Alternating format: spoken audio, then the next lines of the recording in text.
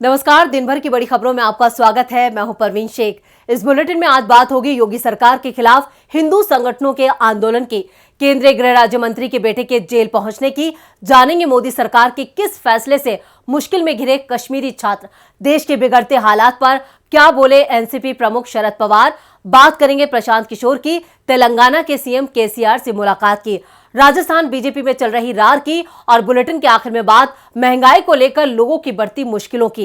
लेकिन तमाम बड़ी खबरों से पहले एक नजर सुर्खियों पर। आप विधायक आतिशी के ट्वीट पर केरल के शिक्षा मंत्री वी शिवनकुट्टी ने साधा निशाना। आतिशी ने किया था दावा, दिल्ली के शिक्षा मॉडल को समझने के लिए केरल के अधिकारियों ने किया था दिल्ली के स्कूलों का दौरा। शिवनकुट्टी का जवाब, हमने तो अधिकारी नहीं भेजे, दिल्ली के अधिकारी जरूर आए थे केरल का शिक्षा मॉडल सीखने। 14 दिन की न्यायिक हिरासत में भेजी गई महाराष्ट्र के अमरावती से निर्दलीय सांसद नवनीत राणा। नवनीत के विधायक पति को भी भेजा गया जेल। सीएम आवास के बाहर हनुमान चालीसा पढ़ने का किया था ऐलान। दिल्ली के जहांगीरपुरी में दूरियों को मिटाने की कोशिश तेज, सभी समुदाय के लोगों ने मिलकर निकाली तिरंगा यात्रा। हनुमान जयंती की शोभा यात्रा के दौरान हुआ था दो पक्षों में टकराव। प्रधानमंत्री नरेंद्र मोदी को मिला पहला लता दीनानाथ मंगेशकर अवार्ड। लता मंगेशकर को याद कर बोले पीएम मोदी, लता दीदी उम्र से बड़ी थीं और कर्म से भी बड़ी थीं। सुर्खियों के बाद बात आज की सबसे बड़ी खबर की। हनुमान चालीसा और बुलडोजर पर पूरे देश में कोहराम मचा हुआ है। बुलडोजर की कहानी यूपी से शुरू हुई थी, लेकिन अब बुलडोजर यूपी की बीजेपी सरकार पर भारी पड़ गया है। राजस्थान के अलवर में जिस तरह से 300 साल पुराने मंदिर को ढाया गया, उसके बाद ये मामला तूल पकड़ता जा रहा है। तो वहीं यूपी में भी कुछ मंदिरों को गिराने का नोटिस जारी हुआ है, जिसके खिलाफ हिंदू संगठनों ने योगी सरकार के खिलाफ मोर्चा खोल दिया है। क्या है खबर, देखते हैं इस रिपोर्ट में। यूपी से लेकर दिल्ली तक कहर बरपाने के बाद बुलडोजर ने जिस तरह से राजस्थान के अलवर के राजगढ़ में 300 साल पुराने शिव मंदिर को गिराया है, उस मामले पर अब बीजेपी ही बैकफुट पर आ गई है। राजस्थान में मंदिर गिराने का मामला फिलहाल शांत होता नजर नहीं आ रहा है। मंदिर गिराने के मामले पर आरोप प्रत्यारोप का दौर चल रहा है। तो वहीं अब यूपी में कानपुर नगर निगम ने 3 मंदिरों को अवैध बताकर नोटिस जारी किया है। ऐसे में बजरंग दल के कार्यकर्ताओं की तरफ से जमकर हंगामा किया गया। गौरतलब है कि कानपुर नगर निगम की तरफ से जारी इस नोटिस के खिलाफ बजरंग दल ने कहा है कि अगर मंदिरों पर एक्शन हुआ तो बड़े स्तर पर आंदोलन किया जाएगा। आपको बता दें कि कानपुर के कंपनी बाग रोड के हनुमान मंदिर पर नगर निगम का नोटिस लगाया गया है, जिसमें 3 दिन का वक्त देते हुए भगवान हनुमान की मूर्ति को कहीं और स्थापित करने की बात कही है। वहीं पास के ही शिव मंदिर और शनिदेव मंदिरों को लेकर भी नोटिस जारी किया गया है। इस नोटिस के खिलाफ हिंदू संगठनों ने नगर निगम का विरोध करते हुए कहा है कि मंदिर को तोड़ा नहीं जा सकता है, मंदिर अपनी जगह पर ही रहेगा। मंदिर फुटपाथ पर बना है। वहीं विरोध में लोगों ने मंदिर में पूजा अर्चना शुरू कर दी है। वहीं बजरंग दल कार्यकर्ताओं ने विरोध करते हुए कहा कि नगर निगम को इन तीनों मंदिरों को ध्वस्त करने के लिए बुलडोजर को पहले उनकी लाशों से होकर गुजरना पड़ेगा। इलाके में इसको लेकर जोरदार प्रदर्शन हो रहा है। राजस्थान के अलवर में मंदिर पर हुई बुलडोजर की कार्रवाई के बाद इस तरीके का मामला काफी संवेदनशील हो गया है। ऐसे में सवाल है कि क्या योगी सरकार में भी मंदिरों पर कार्रवाई होगी। दरअसल योगी सरकार में अवैध निर्माण और माफियाओं की अवैध संपत्ति पर बुलडोजर चलाने का सिलसिला जारी है और ये सिलसिला मध्य प्रदेश और दिल्ली तक जा पहुंचा। वहीं बुलडोजर योगी सरकार की पहचान बन चुका है। तो क्या अब अपनी बारी पर सीएम योगी अपने कदम पीछे खींच लेंगे या फिर बुलडोजर अपना काम करता रहेगा। एक मंदिर बनाने के नाम पर बीजेपी सत्ता तक पहुंच गई और अब कई मंदिर पर बुलडोजर चलाने की बात कर रही है। यूपी में बीजेपी की मजबूती दिखाने वाला बुलडोजर अब उसकी कमजोरी बनता जा रहा है। पार्टी के फैसले ही नहीं, उसके नेता भी पार्टी को कमजोर कर रहे हैं। सत्ता के मद में किसानों पर गाड़ी चढ़ाने के मामले का आरोपी बीजेपी नेता का बेटा आज जेल पहुंच गया। आरोपी के पिता देश के गृह राज्य मंत्री हैं। लखीमपुर खीरी में किसानों पर गाड़ी चढ़ाने के मामले का मुख्य आरोपी केंद्रीय गृह राज्य मंत्री अजय मिश्र टेनी का बेटा आशीष मिश्र मोनू एक बार फिर जेल पहुंच गया है। 10 फरवरी को इलाहाबाद हाई कोर्ट ने मोनू को जमानत दे दी थी। 15 फरवरी को आशीष जेल से बाहर भी आ गया था, लेकिन सुप्रीम कोर्ट ने गृह मंत्री के बेटे को फिर जेल पहुंचा दिया है। सुप्रीम कोर्ट ने आशीष की जमानत को खारिज कर दिया था।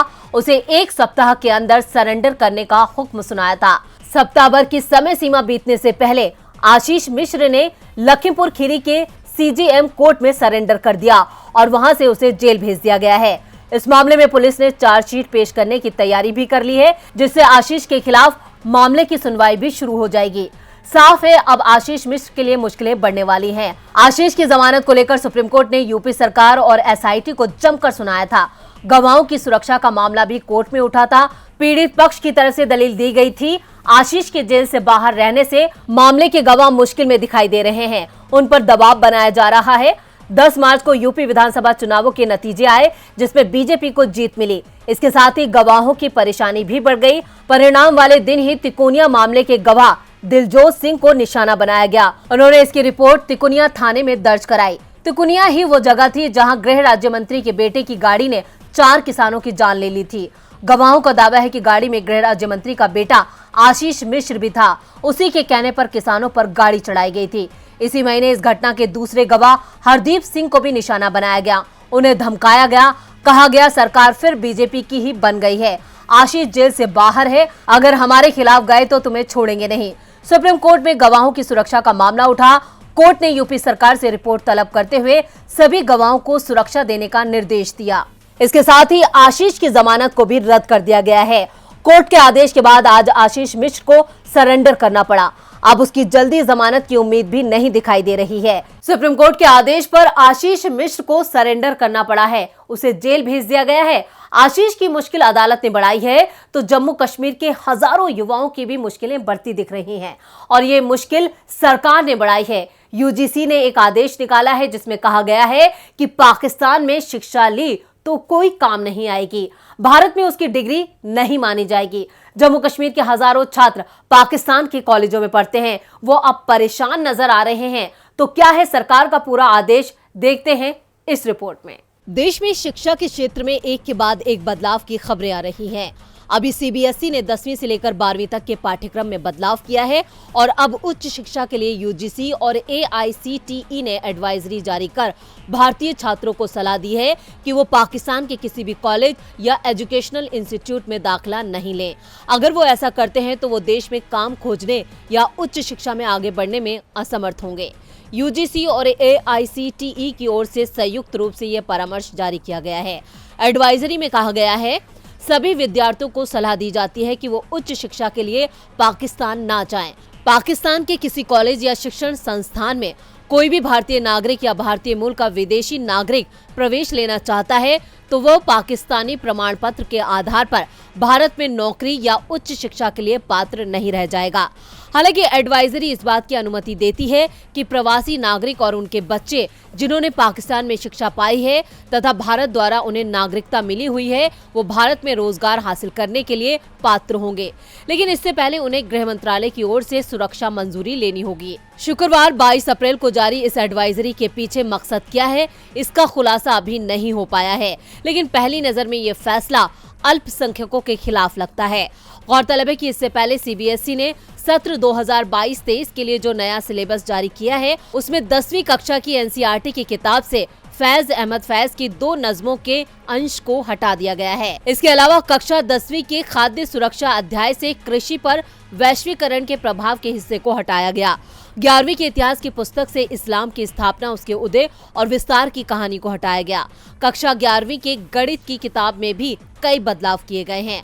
12वीं के पॉलिटिकल साइंस से शीत युद्ध काल और गुट निरपेक्ष आंदोलन का पाठ बाहर हो गया है। 12वीं की किताब से मुगल साम्राज्य के शासन प्रशासन पर एक अध्याय में तब्दीली की गई है और पुस्तक में लोकतंत्र और विविधता पर अध्याय भी हटा दिए गए हैं। ये सारे फैसले देश में शिक्षा के भगवाकरण की कोशिशें लगती हैं। शिक्षा में बदलाव के नाम पर भगवाकरण की कोशिश, सरकार के फैसले से सांप्रदायिक विभाजन बढ़ता दिख रहा है। इसका असर 2 समुदायों के बीच दिख रहा है। देश में बढ़ते टकराव की घटना को लेकर एनसीपी अध्यक्ष शरद पवार ने मोदी सरकार पर सवाल उठाए हैं। उन्होंने अमित शाह को असफल गृह मंत्री तक बता दिया है। देश में जगह जगह विवाद मचा है। दिल्ली से लेकर कर्नाटक, महाराष्ट्र से लेकर मध्य प्रदेश तक हंगामे का शोर सुनाई दे रहा है। इन घटनाओं ने देश को शर्मसार कर दिया है। इसी के साथ ही मोदी सरकार भी सवालों के कटघरे में आ गई है। सवाल उठता है कि आखिर मोदी राज में ये सब क्या हो रहा है, क्या कर रहे हैं गृह मंत्री अमित शाह? क्या शाह से नहीं संभाली जा रही है देश की कानून व्यवस्था? यही तीखे तीर दाग कर विपक्षी दल भी लगातार केंद्र को आड़े हाथों ले रहे हैं। वहीं अब राष्ट्रवादी कांग्रेस पार्टी के चीफ शरद पवार ने देश में मचे हंगामे को लेकर मोदी सरकार को जमकर खरी खोटी सुनाई है। उन्होंने कहा कि राजनीति में हार जीत तो होती रहती है, लेकिन सत्ता को दिमाग में नहीं लाना चाहिए। बीजेपी कार्यकर्ताओं के संकुचित विचार देश हित में नहीं है। शरद पवार ने केंद्रीय गृह मंत्री अमित शाह पर भी निशाना साधा। उन्होंने कहा कि देश की राजधानी दिल्ली को सांप्रदायिक घटना से बचाने में वो विफल रहे हैं।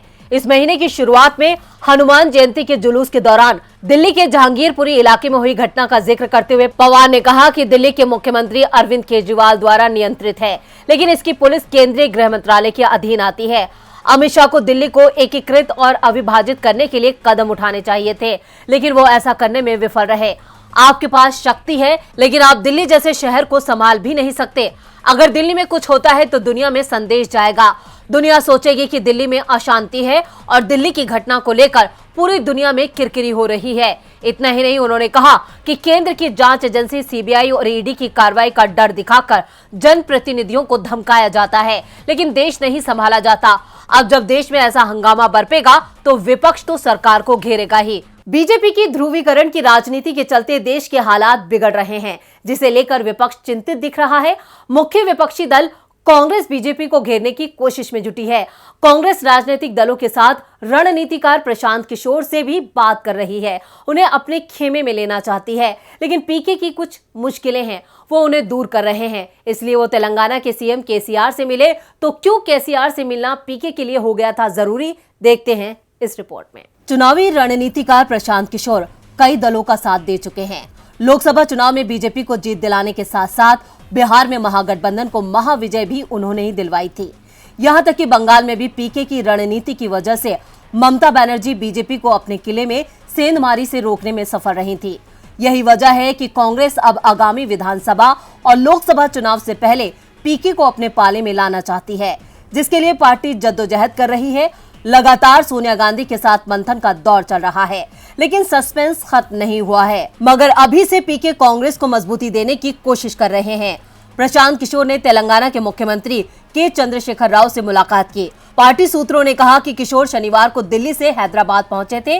वहां उन्होंने केसीआर और टीआरएस के कार्यकारी अध्यक्ष केटी रामाराव से अगले चुनाव समेत कई मुद्दों पर चर्चा की है। कहा जा रहा है कि दोनों दिग्गजों के बीच लंबे दौर की बातचीत चली। हालांकि बैठक में किन किन मुद्दों पर बात हुई, इसका खुलासा नहीं हो सका है, लेकिन कहा जा रहा है कि पीके ने राव से बीजेपी के खिलाफ कांग्रेस के साथ आने का अनुरोध किया है। पीके की ये पहल वाकई कांग्रेस को मजबूती देगी, क्योंकि केसीआर भारतीय जनता पार्टी के खिलाफ लगातार विपक्षी एकजुटता की कोशिश कर रहे हैं। उन्होंने ममता बनर्जी से लेकर शरद पवार से भी मुलाकात की थी, लेकिन इन मुलाकातों को तीसरे मोर्चे के रूप में देखा जा रहा है। मगर पीके अब कांग्रेस को धुरी बनाकर धुंधली हुई महागठबंधन की तस्वीर को साफ करने की कोशिश कर रहे हैं। ऐसे में देखना होगा कि क्या चंद्रशेखर राव उनका साथ देते हैं या नहीं। पीके के कांग्रेस में शामिल होने से पहले केसीआर की पार्टी के साथ उन्हें अपने संबंध तोड़ने पड़ेंगे।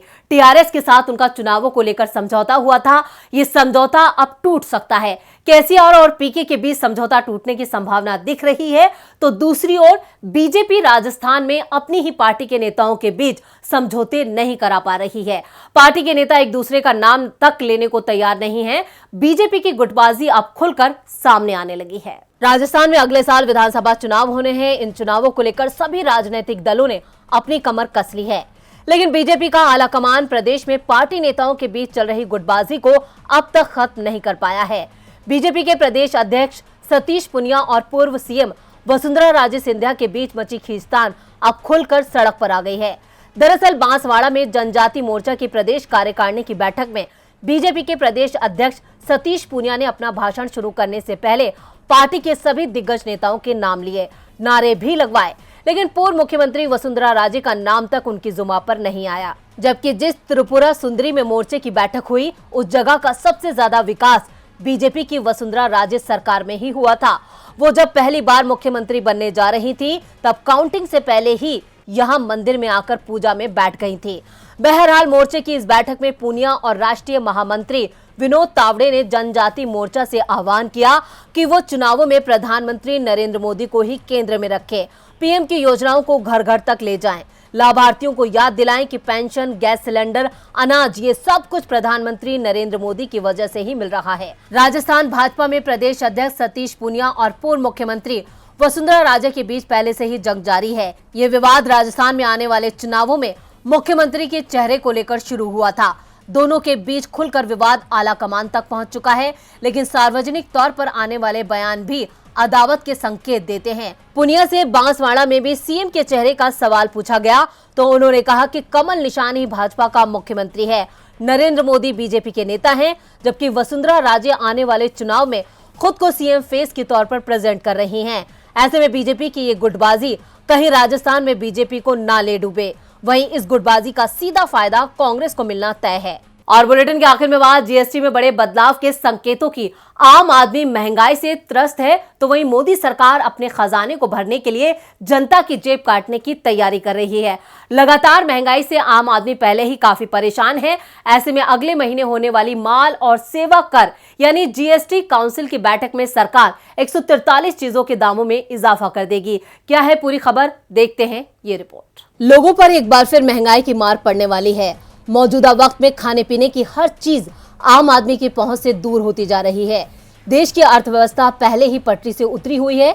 ऐसे में सरकार अपनी नाकामी को छिपाने के लिए नए नए पैतरे अपना रही है। अगले महीने माल और सेवा कर यानी जीएसटी काउंसिल की बैठक होने वाली है। इस बैठक को काफी खास माना जा रहा है। खबरों की माने तो मोदी सरकार जीएसटी की दरों में बदलाव कर सकती है। जीएसटी काउंसिल ने करीब 143 वस्तुओं की दरों में इजाफा करने के लिए राज्यों से सुझाव मांगे हैं। इससे सरकार को रेवेन्यू जनरेट करने में मदद मिलेगी और दूसरे राज्यों को मुआवजे के लिए केंद्र पर निर्भर नहीं रहना पड़ेगा। यहाँ भी मोदी सरकार अपना फायदा देख रही है, जबकि जनता महंगाई की चक्की में पिसती जा रही है। सरकार जिन 143 चीजों पर जीएसटी की दर बढ़ाने की फिराक में है, उनमें से ज्यादातर मौजूदा वक्त में 18% टैक्स स्लैब में आती हैं। इन 143 वस्तुओं में से 92% को 18% टैक्स स्लैब से बढ़ाकर 28% के टैक्स स्लैब में ट्रांसफर करने का प्रस्ताव है। जिन वस्तुओं की जीएसटी दरें बढ़ाई जा सकती हैं, उनमें पापड़, गुड़, पावर बैंक, घड़ियां, suitcase, handbag, perfume, colour TV set, chocolate, chewing gum, अखरोट, custard powder, non alcoholic beverage, ceramic, sink, wash basin, काले चश्मे, चश्मे के लिए फ्रेम और चमड़े के एपरेल और कपड़ों के सामान शामिल हैं। पापड़ और गुड़ जैसी वस्तु पर जीएसटी दरें 0 से बढ़ाकर 5% की जा सकती हैं। राज्यों की सहमति के बाद से कई चीजें एग्जम्प्ट लिस्ट से बाहर हो जाएंगी। इसमें गुड़ और पापड़ है। ऐसे में ग्राहकों को बाकी चीजों को खरीदने के लिए ज्यादा पैसे चुकाने होंगे। जीएसटी दरों में बढ़ोतरी से सरकार का खजाना तो भर जाएगा, लेकिन जनता महंगाई के बोझ के नीचे दब जाएगी, जिसकी मोदी सरकार को कोई फिक्र नहीं है। तो आज इस बुलेटिन में बस इतना ही। देखते रहिए डीबी लाइव। नमस्कार।